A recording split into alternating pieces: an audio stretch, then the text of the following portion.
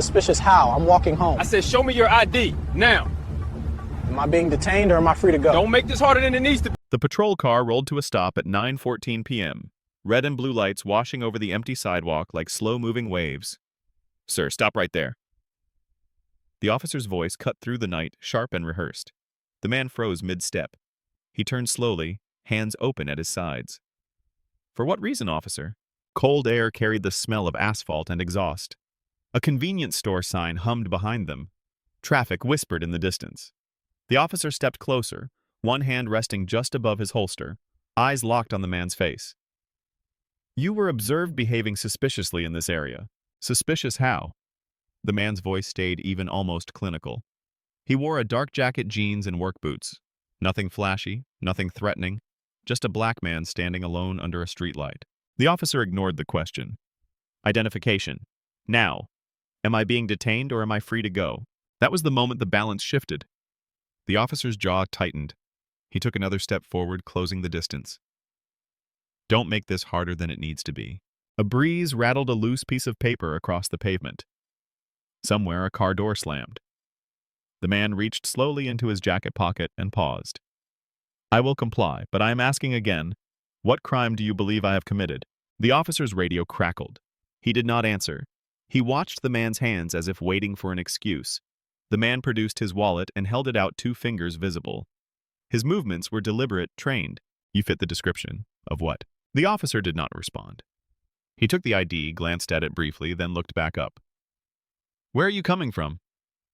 "Work." "What kind of work?" The question lingered heavy with implication. The man exhaled slowly. "Federal law enforcement." That should have ended it. It did not. The officer let out a short breath, almost a laugh. "Yeah, right." A car slowed across the street. A woman inside lifted her phone, angling it toward the lights. The officer noticed.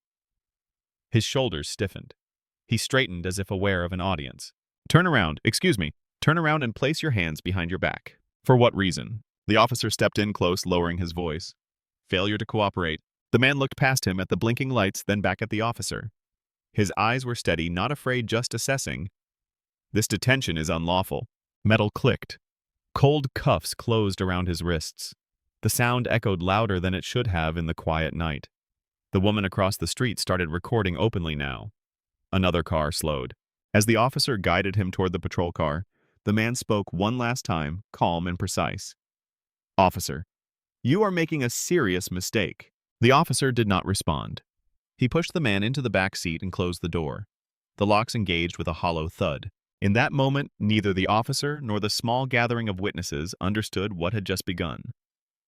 Because the man sitting upright in the back of that patrol car was not just another pedestrian stopped without cause.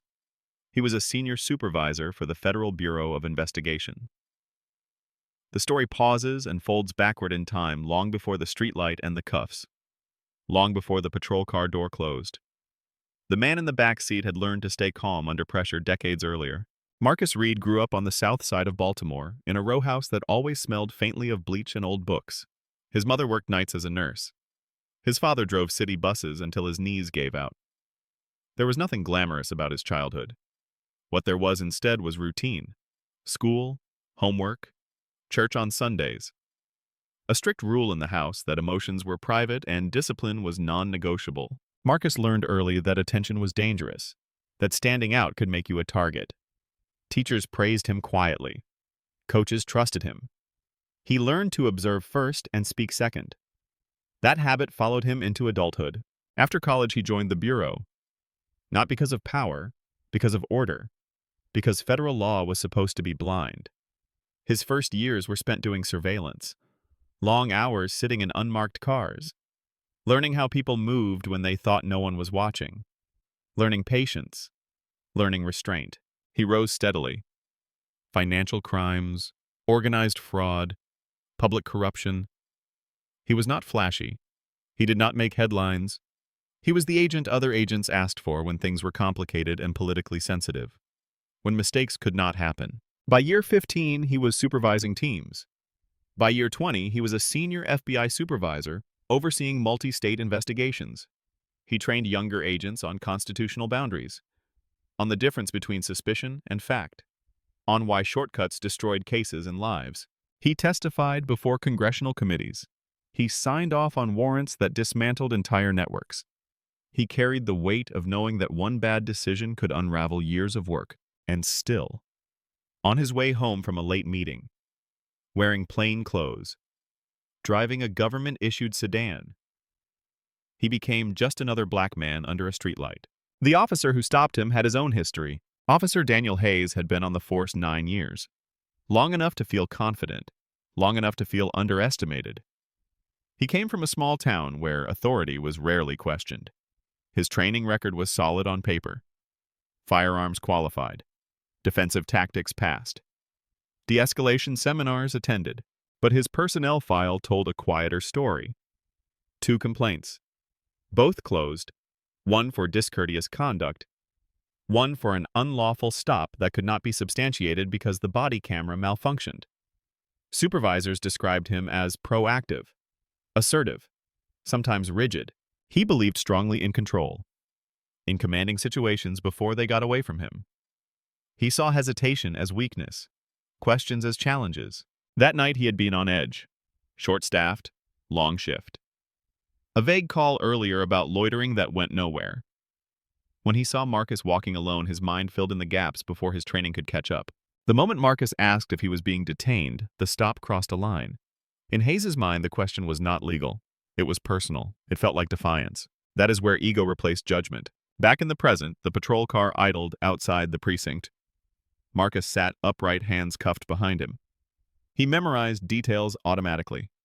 Time, location, badge number, tone of voice.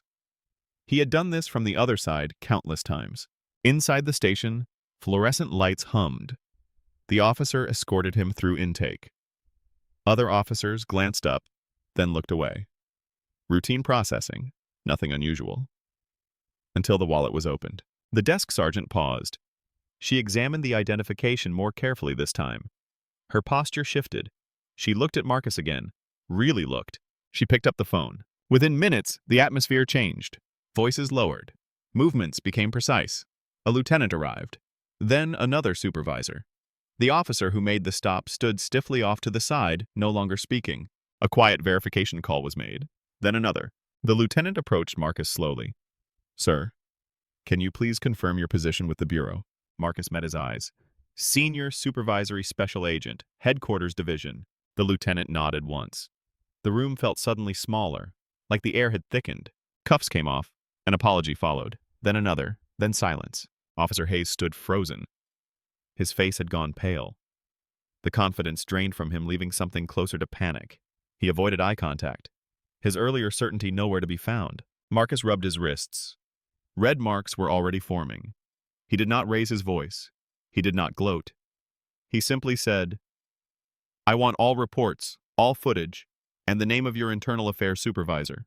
The request was met with immediate compliance. The story had shifted. What began as a stop had become a record.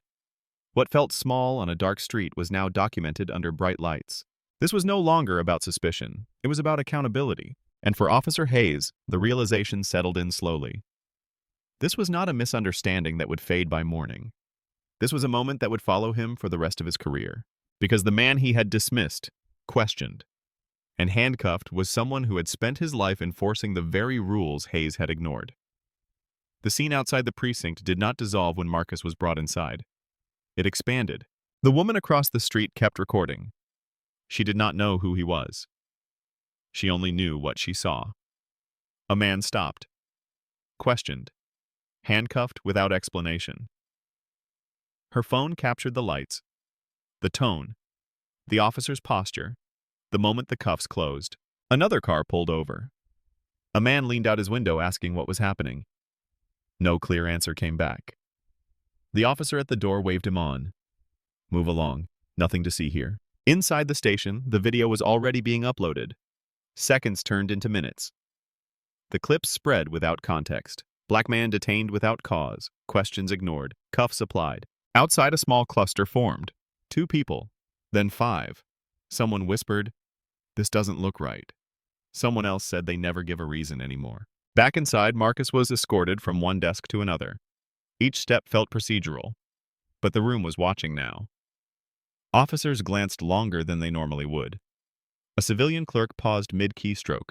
Marcus spoke when spoken to. He answered clearly. He did not volunteer more than necessary.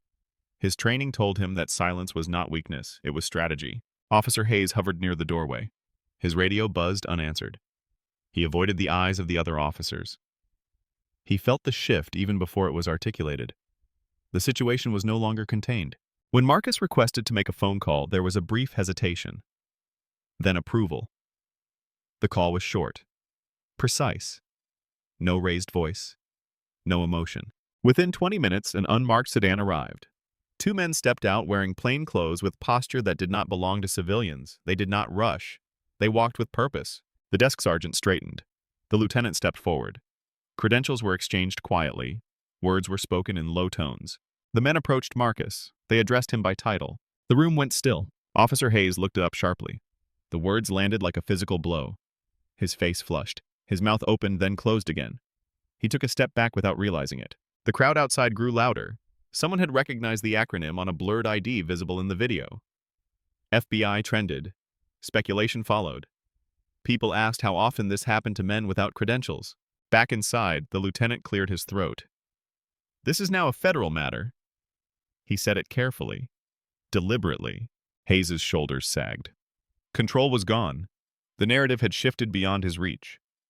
What he thought was a routine stop was now a documented incident with witnesses, video, names, timestamps. Marcus stood, free now but not finished. He looked at Hayes for the first time since the cuffs came off. His expression was not angry, it was measured, almost instructional. This is why we train, he said quietly. Not to dominate, to protect boundaries. Hayes said nothing. Outside, someone shouted that the video had crossed 1 million views. Inside the station, the weight of that number settled slowly. Careers were built on far less, destroyed by far less. The crowd was no longer just watching, it was participating, recording, sharing, remembering. And for the first time that night, Officer Hayes understood that this was no longer about him versus one man on a sidewalk. This was about a system under a lens. And the lens was not blinking. The injustice did not peak with the handcuffs. It deepened in the quiet spaces that followed. Marcus sat in the back of the patrol car before the verification, before the apology, before the tone changed. The plastic seat pressed against his back. The air inside smelled of disinfectant and old fabric. The door closed with a hollow sound that signaled finality.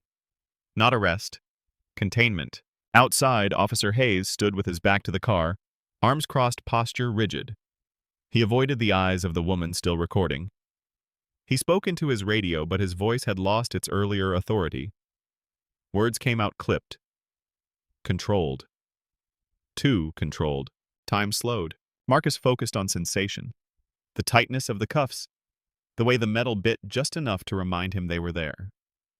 His shoulders stayed relaxed. His breathing steady. Years of training told him panic served no purpose. Documentation did.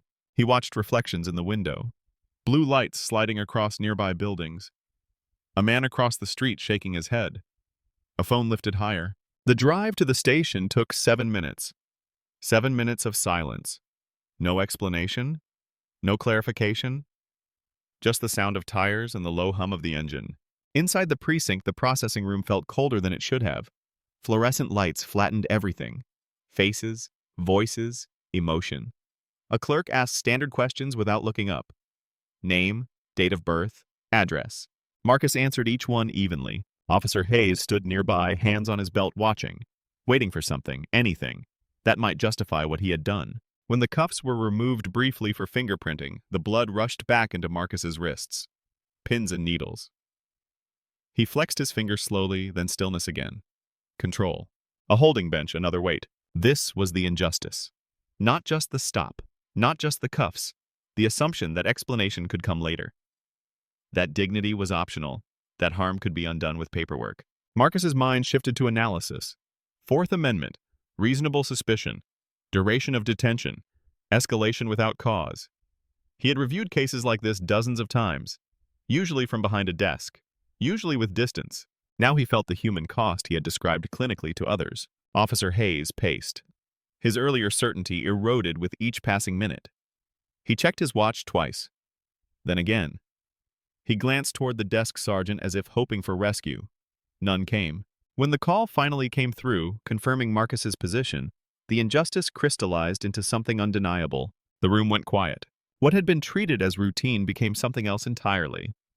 A violation no longer abstract, a mistake no longer small, but the damage was already done.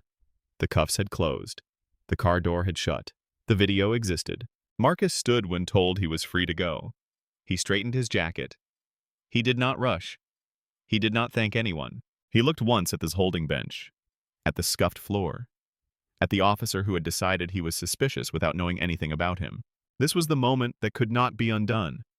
The moment that would live online, in reports, in depositions.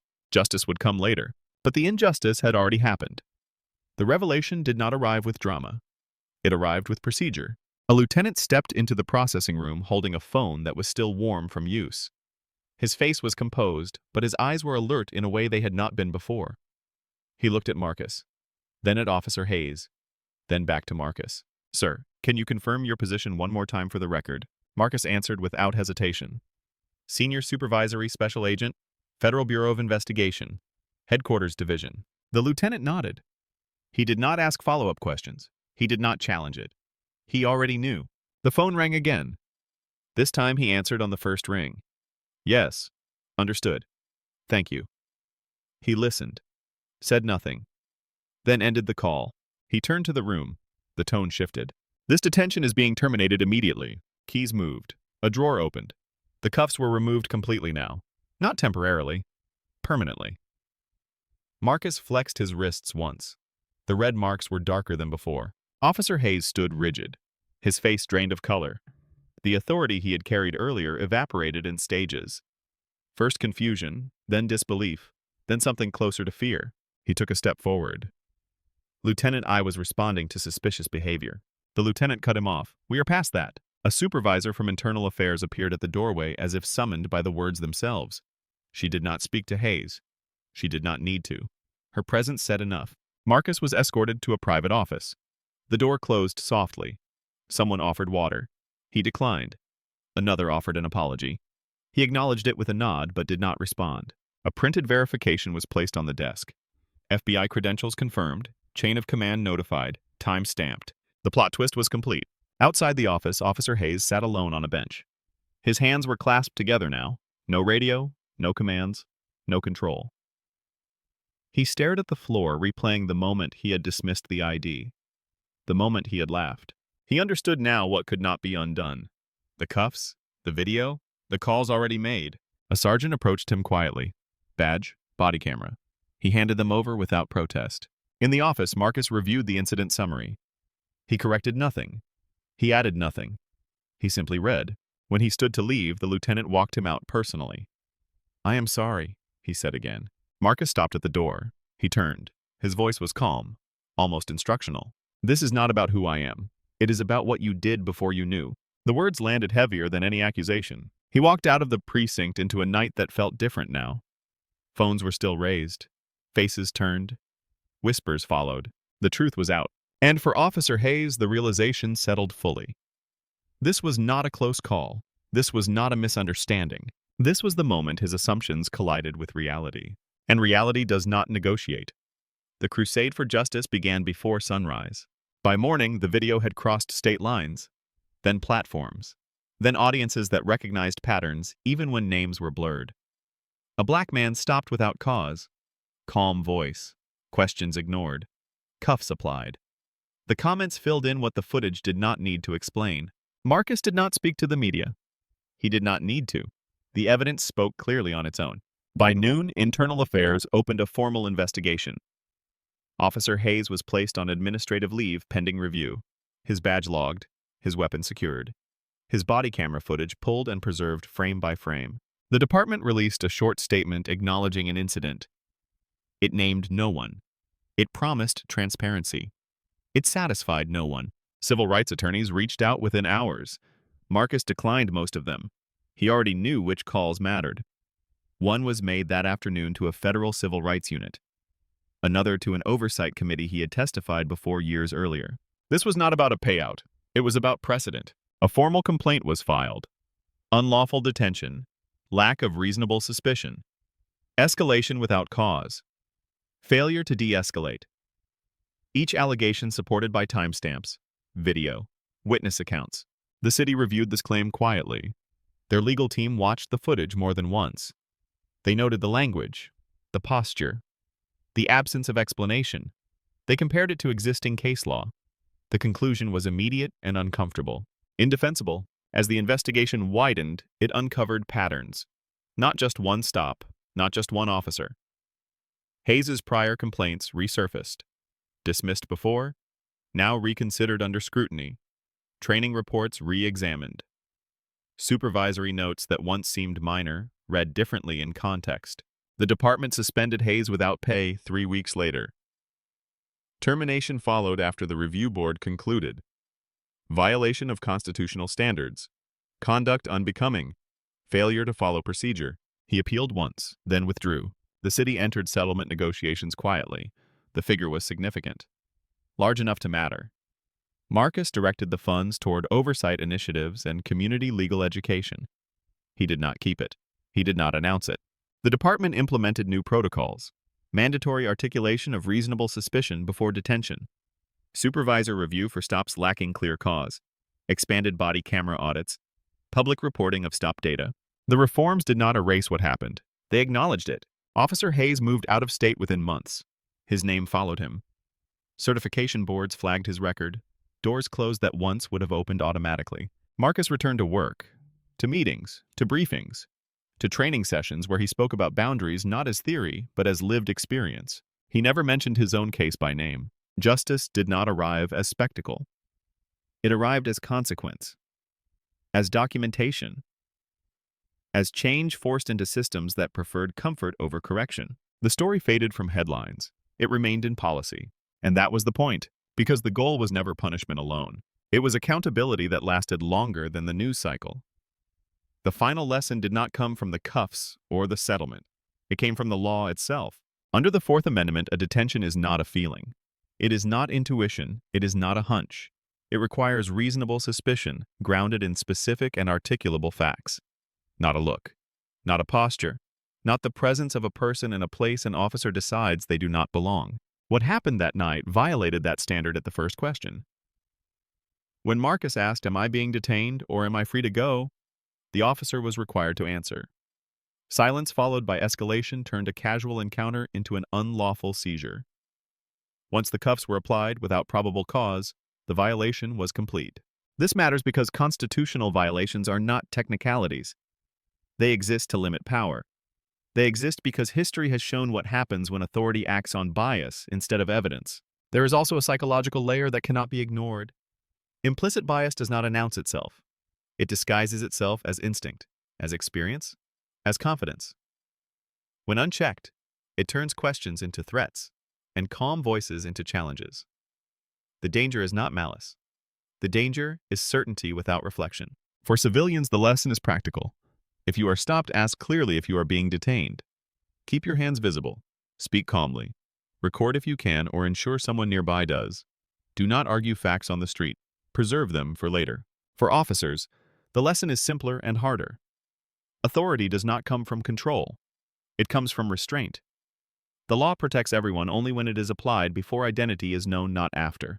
Marcus's case became training material not because of who he was, but because of what the stop revealed. A system that worked only after power was recognized had already failed. Justice is not proven when an error is corrected. It is proven when the error is prevented. That is the difference between accountability and luck. And the question that remains for every viewer is this: if credentials had never been verified, would the outcome have changed? Think about that.